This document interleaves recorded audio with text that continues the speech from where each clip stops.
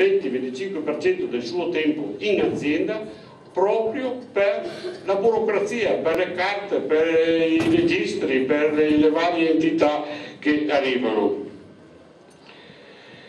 Il vino è un bel prodotto, tutti quanti lo sappiamo. Se andiamo a Verona, siamo stati a Verona, lì c'era un'euforia unica, tutti i numeri importantissimi, oltre 150.000 visitatori, oltre 50.000 diciamo che venivano dall'estero, però sappiamo che la realtà non è proprio tutto quella, la realtà è un po' più complicata e un po' più difficile, nonostante che magari l'enologia sia leggermente meglio di tanti altri comparti del settore agroalimentare. Qui voi in questa zona da poco avete anche la DOCG, è una bella cosa, però bisogna anche gestirla nel modo giusto e corretto, perché la DOCG non è un punto di arrivo come tutte anche le DOC, ma è un punto di partenza. Adesso da 2 anni è arrivata questa DOC Prosecco, questa DOC interregionale Veneto-Friuli, che parte da Vicenza dove sono io e arriva a Trieste, però sono quelle cose molto belle, danno grande opportunità, però bisogna saperle anche gestire in modo molto appropriato.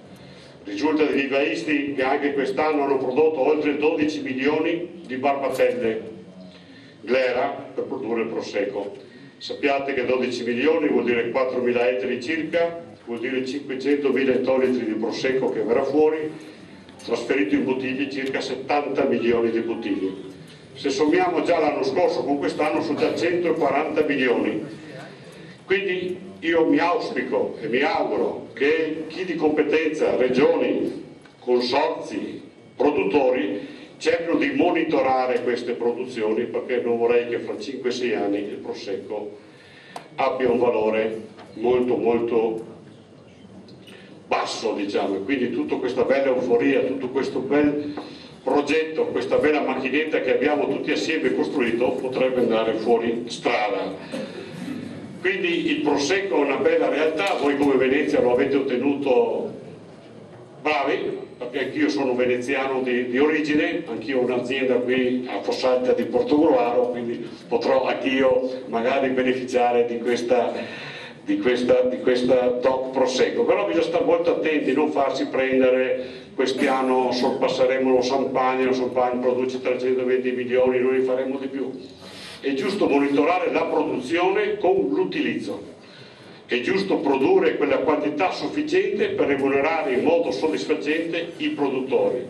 Prezzi troppo alti del Prosecco non fa bene a nessuno. Già quest'anno vediamo che in Germania il Prosecco sta rallentando. Un mercato che tira in modo spaventoso, vedevo dati Nielsen settimana scorsa, il Prosecco è un più 80% 2010 sul 2009. E i primi 3 mesi del 2011 è un altro 80% in più rispetto ai 3 mesi del 2010.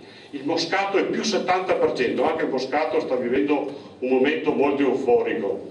Pinot Grigio 6,6%, altri vitigni, quelli più tradizionali che possono essere Merlot, Cabernet, abbiamo il meno 20%.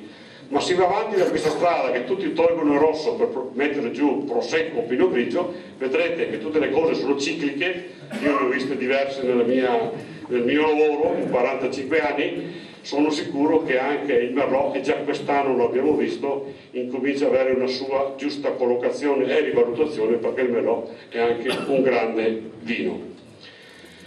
Come ha detto il Presidente, questo è un concorso che tutti quanti partecipano, difatti abbiamo avuto campioni che sono arrivati da tutta Italia. Noi come Assoenologi abbiamo istituito 27 commissioni d'assaggio, composte ognuna da 5 commissari, quindi sono stati 135 gli enologi provenienti dal Piemonte fino alla Puglia che hanno partecipato a questo esame organolettico di vini a Pramaggiore. 3 sono state le sessioni di lavori, quindi abbiamo fatto un ottimo risultato. So che le percentuali, così mi hanno riferito Moretti, che è uno che segue il concorso, e anche il dottor Martelli che presiede, che abbiamo oltre l'82-84% dei campioni che vengono portati qui a Pramaggiore che superano gli 80 centesimi, che è un bel punteggio, che siamo forse superiori a tanti altri concorsi, magari più blasonati, tipo quello appena concluso a Verona, quello concorso internazionale dove li partecipano i vini di tutto il mondo.